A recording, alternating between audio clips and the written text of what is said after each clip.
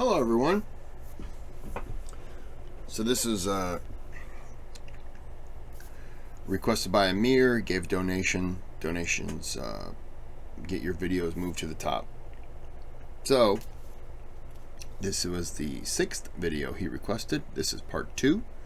Intellectual man asks Muslim all the right questions. I just now completely went brain dead as to what they were just talking about.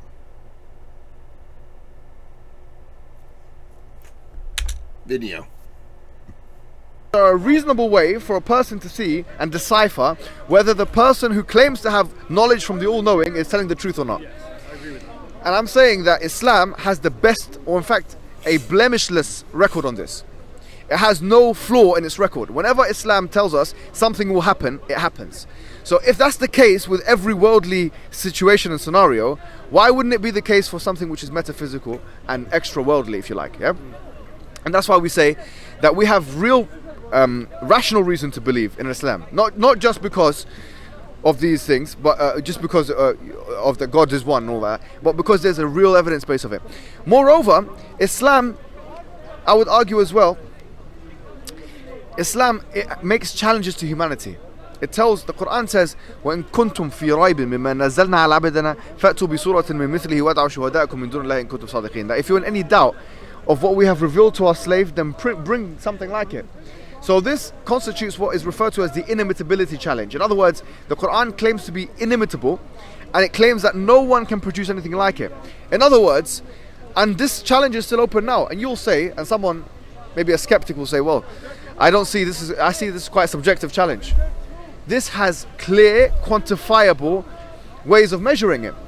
Islam is the only religion. I mean, think about this. If I wanted to make a YouTube video today, yeah? Theoretically. People who make YouTube videos are stupid. Let's say we'll make a YouTube video. We make it as clickbait as possible and all that kind of stuff. How many guidance avenue or SC Dawa or any channel right now? What kind of views am I going to get? If I'm lucky, 100,000, 150,000, those kind of numbers we're talking about, yeah? And then after about 2-3 years, it will be forgotten, yeah? Now imagine this.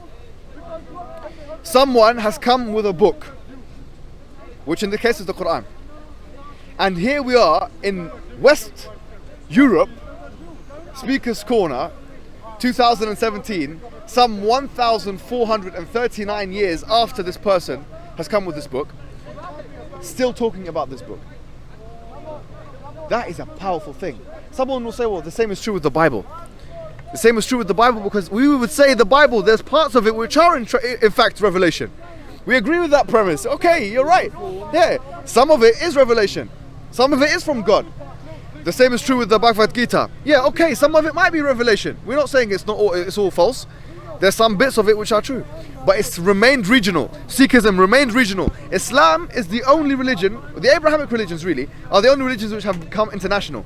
And Islam is the only religion where I promise you guys, there's no second that goes by in any day where there's someone that's not mentioning the name of Muhammad or Allah in any part of the world. You know how profound that is? In the Quran it says, وَرَفَعْنَا لَكَ ذِكْرَكَ, about Prophet Muhammad, we have raised your status. And you're mentioning. Dhikr means mentioning. In other words, look at this. If I say here and now, and this is a challenge, let's put it into let me relate it to the people of today, the YouTubers, yeah? I'm saying to the YouTubers, come out, make a video. I don't care if your name is I don't know what, yeah? Make a video that stays relevant for 1,439 years. Make a video. Make a video. Do it. Do it. Then also say, I'm going to be mentioned by everyone for that period of time. وَرَفَعْنَا لَكَ ذِكْرَكَ is mentioned in chapter number 94 of the Quran. We have raised your status. Can you imagine the kind of profound effect this book has had? Yeah. It's from a quantifiable perspective. This is not something which is qualitative, which is subjective. We're talking about sociological transformation. People are talking about now in almost any university you go in this country, they talk about political Islam. Any media is talking about Islam. Why is it so relevant? Why are they not talking about Sikhism? Why are they not talking about Buddhism? Talk about something else. It cannot stop pervading the minds of men. Islam is a religion which cannot stop pervading the minds of men. Why? because Allah has told us that. That's a prediction. وَرَفَعْنَا لَكَ ذِكْرَكَ. We have raised your status. Make a prediction like that. Do it. In the imitability challenge, we have to take this challenge seriously, because this challenge is serious. It's saying make something like it. Produce 3 lines that change the world. Produce 3. Make me say your name. Make my children say your name. Make my grandchildren say your name. Make my great-grandchildren say your name. Believe me, all of your great-grandchildren, whether you're a non-Muslim or not, or a Muslim, have said the word Mohammed before. All of them have said it. All of them have said it. How comes none of you will ever say, none of you can never make any book that will ever say anything other than no one will mention you. You're nothing. Plato, Aristotle, all of these individuals, they are foreign in the minds and the tongues of men. Many men. And they are, by the consensus of logicians, probably the highest of logicians and thinkers. This is what we've got to think about. Do you see what I'm talking about? Yeah. Bro, this... Another question on the language, if that's all right. Yes, please. So we talked earlier how human beings, being imperfect, cannot create anything that's perfect themselves. Yeah. And naturally, any language that we use is as a result of human societies. It evolves, and language is imperfect. Language has exceptions. English is classic, in that it's not even phonetically pronounced. So it's a real havoc to try and navigate the English language. Yeah. I'm not so sure about Arabic or Farsi or any of the other Middle Eastern languages. Yeah. So around the time of when the Quran was written, there was a language being used by that society. It's naturally imperfect. It doesn't perfectly convey ideas. Okay. And yet God has the challenge of creating a perfect text, because anything that comes from God is perfect necessarily. Yeah. So how is it that God is able to create a perfect text using an imperfect language? How do those two things reconcile? Okay, do you know, this is a really interesting question. And this goes into the field of linguistics, and I swear there's lots of interesting things you can read about this, yeah? And I'll refer you to Noam Chomsky's Universal Grammar, yeah? Because it is an interesting thing. It's such a deep discussion that basically what he says is this. There are 2 schools of thought in linguistics, yeah? It's called the empirical school of thought, and there's the kind of Chomsky's Universal Grammar school of thought. The empirical school of thought is that you're suggesting that you can only output that which you've input. So in other words, you see a tree, you see this, you're told what that thing is called, you can only output that which is input. A lot of people have written books about this. This is called the empirical school of thought. On the other hand, you have Noam Chomsky, who argues, and others like him, universal grammarists, if you will, people that believe in the universal grammar school of thought. They say that actually human being has an innate ability to create something more with the grammatical constructions that they have. So in other words, the input is not as much as the output. And he says that the output is more than the input. Language is a really interesting thing. It's a very powerful mechanism by which and through which we communicate with other people. And obviously that's something which is specified to the human being. Animals don't have language in the same way that human beings have. They have sounds that they make, but they don't have language. Now, you're talking about Arabic and all these different imperfect. Look, I would make a point that actually Arabic, in terms of its grammar structure, is Arabic and Hebrew. I would say the Semitic languages, and this is my opinion, are the most logical, grounded, and mathematical languages in the world. And I'll tell you why. If now I say, look, there's a big red bus in English language, I'm saying, look, there's a big red bus. If I said red big bus, does that make sense? No, it doesn't. There's a grammatical code, there's an algorithm in English language which makes it necessary for us to say big red bus. Size, color, adjective, or the thing being a noun, the common or proper noun. It has to be like that. Why? It's an arbitrary thing, because English language is a result of different languages like Old English, French, when the Normans came in, all these different languages that are pretty much amalgamated into this kind of confusing language, which is now English. We know it, but the truth is its grammatical structures are not perfect, and they're not mathematical in the same way as the Semitic languages are, because the Semitic languages have a purer line of transmission, you could say. Really, the linguists say that there is one, what they call it, the mother Semitic language, and from it you have Syrianic, and you have Hebrew, and you have Aramaic, and you have Arabic. And all of these different things, I thought this guy was talking to me, and all of these different things are Semitic languages. Now you'll find that the Semitic languages have oft been chosen by God to communicate the message of whatever it is he's trying to communicate. There's a real reason for that, because actually it has the purest line to the start of civilization. In terms of language, the first thing we have written down is about 8,000 years old. 8,000 years old. Yeah, that's the first thing we have written down. About 8,300, whatever it may be, 400 years old. The first civilization that ever came into existence was about 8,000, 9,000 years old. Yeah, the cradle of the earth, as it was called, is about 8,000, 9,000 years old. The oldest civilization is probably the Mesopotamian civilization, followed by the Egyptians, followed by the Indus River civilization, followed by the ancient Greeks, the Minoans and the Mycenaeans, and etc., etc. Yeah, and then you have the Persians coming in, and then all these things afterwards. Why am I telling you this? Because actually, if we assume that the first thing we have in terms of language is about 8,400 years old, and in Mesopotamia they had a Semitic language, which was in their case that was a Semitic language of some sorts. Yeah, if that's the case, then we know now that this has a closer link to the Islamic and Quranic narrative. The Quran says وَعَلَّمَ آدَمَ الْأَسْمَاءَ كُلَّهَا ثُمَّ عَرَضَهُمْ إِلَى الْمَلَائِكَةِ فَقَالَ أَنْبِئُونِي بِأَسْمَاءِ هَؤُلَاءِ إِن كُنتُمْ صَادِقِينَ. In the Quran, in chapter number 2 of the Quran, the beginning of the chapter, I think verse 23 or something like this, it says that God taught Adam the asma, the nouns. How did he teach them? Through the agents of the angels. Language, therefore, is not something which is imperfect in its essence. It's something which is taught by God to the first human being, and that's Adam, and then it's transmitted.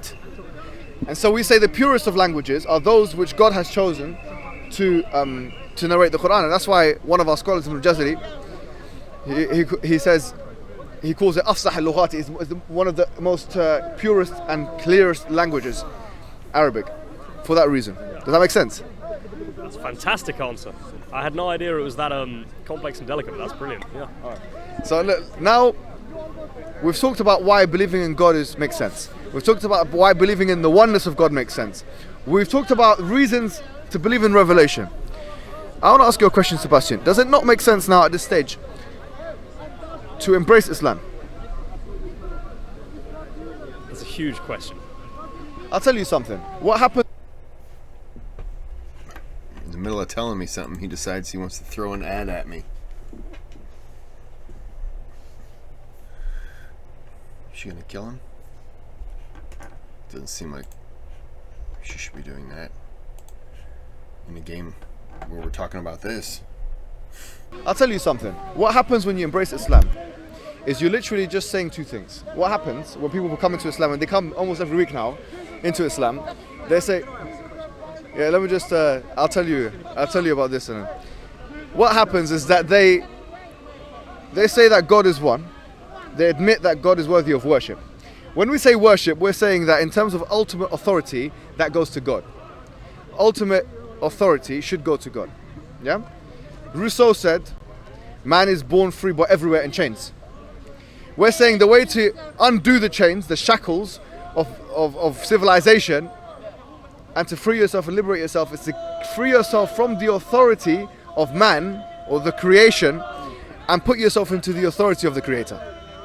So we say that when the two things you've got to admit is that God is worthy of worship, and that Prophet Muhammad is his final messenger. That there were a long line of messengers, Adam, Moses, Jesus, all of these individuals were human beings. And that those human beings were given a message, and that message was the same thing I'm telling you now. They had to transmit it to their communities, and they had evidences to show why their message is true. At the end of it, people would accept or reject. So my question to you is, does that sound reasonable? It does indeed. It does. I can't say it doesn't. Yes. Yeah. So I would say that what you do is you say two short phrases in Arabic. This will initiate you into becoming a Muslim. There's no baptism required, don't worry about this. Yeah. Although if you do want to have a shower when you go home, it's recommended. It's all good. What happens if you decide not to become a Muslim in a year or so? Yes, in the Quran. Yes, I will. Sorry, I should have told them that. Yes. In the Quran, in chapter 2, verse 256, it says, لا إكراه في الدين قد تبين الرشد من الغي فما يكفر بالطاغوت ويؤمن بالله فقد استمسك بالعروة الوثقى لا انفصام لها. It says that there's no compulsion of religion, that the truth is made clear from falsehood. Yeah, and whoever he disbelieves in the false gods and believes in the one God, then he has hold on to the tight grip, and that there is no releasing in that grip.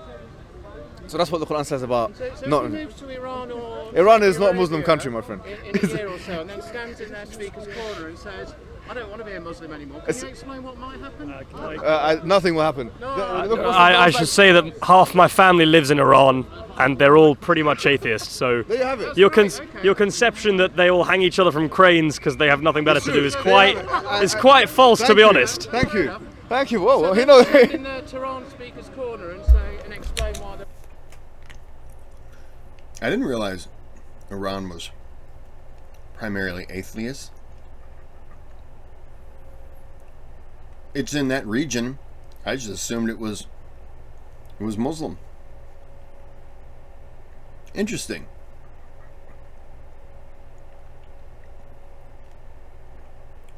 Huh.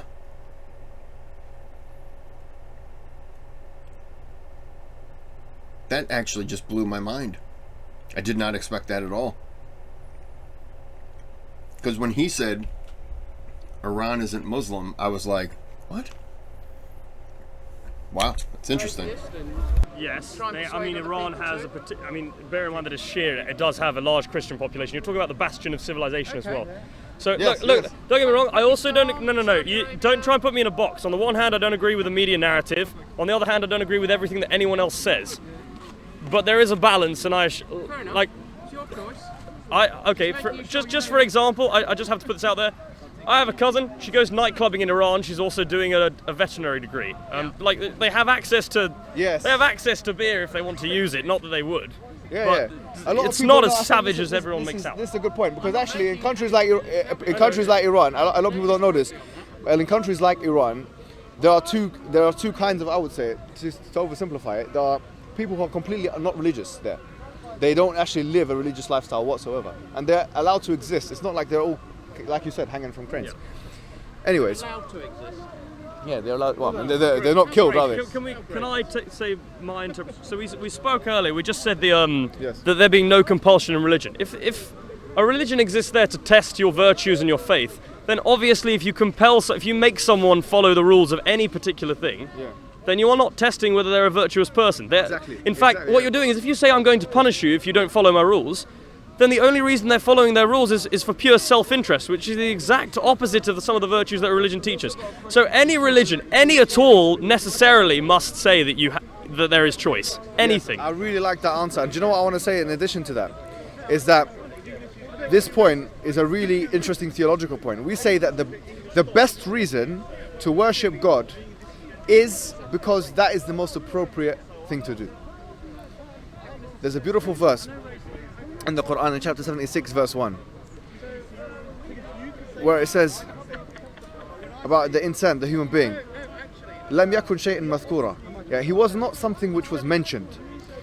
The point being is that whether human being is there or not, God still deserves praise. And that's why in the very first chapter, in the very first verse in the Quran, it says, Alhamdulillahi Rabbil Alameen.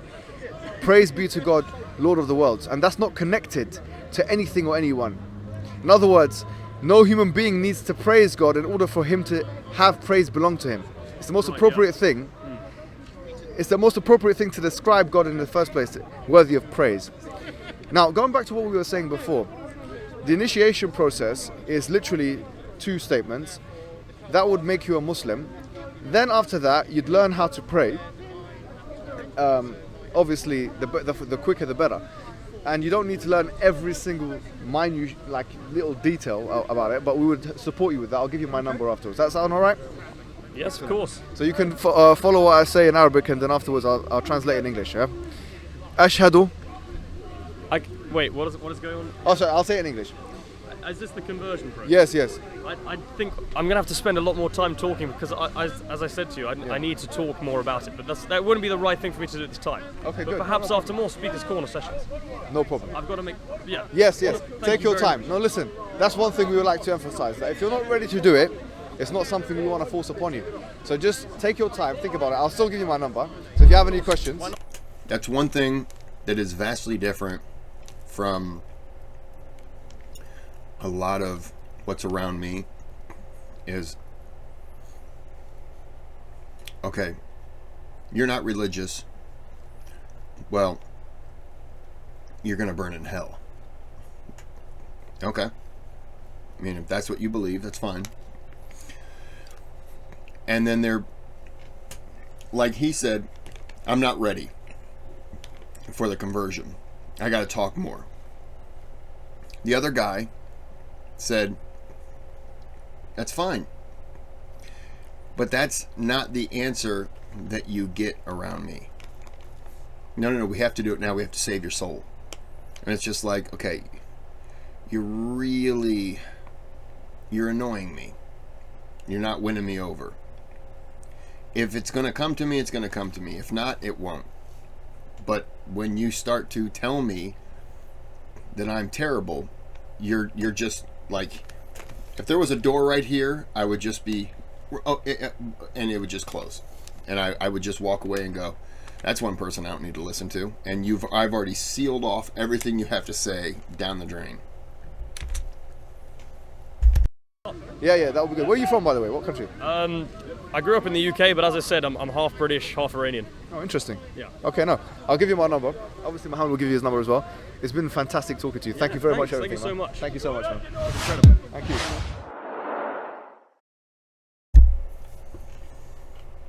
Sorry, finishing up my little snack. Wash some Doritos down with a little bit of tea, right? It works together. Okay. Alrighty. So this is good. This is interesting. Hyde Park in England has these kinds of things. I don't have anything like that around me. Alright. So, like and subscribe. If you like donating to the channel, there is a... They don't have it here. I'm going to report the whole program. Kidding. But anyways, there's a, right down in here, there's a thanks button. You can click on that. Donate to the channel. Much appreciated. If not, hey, no harm, no foul. Like and subscribe. It's mandatory. Per YouTube rules. And if you have any other requests, shoot them my way. And until next time, have a good day.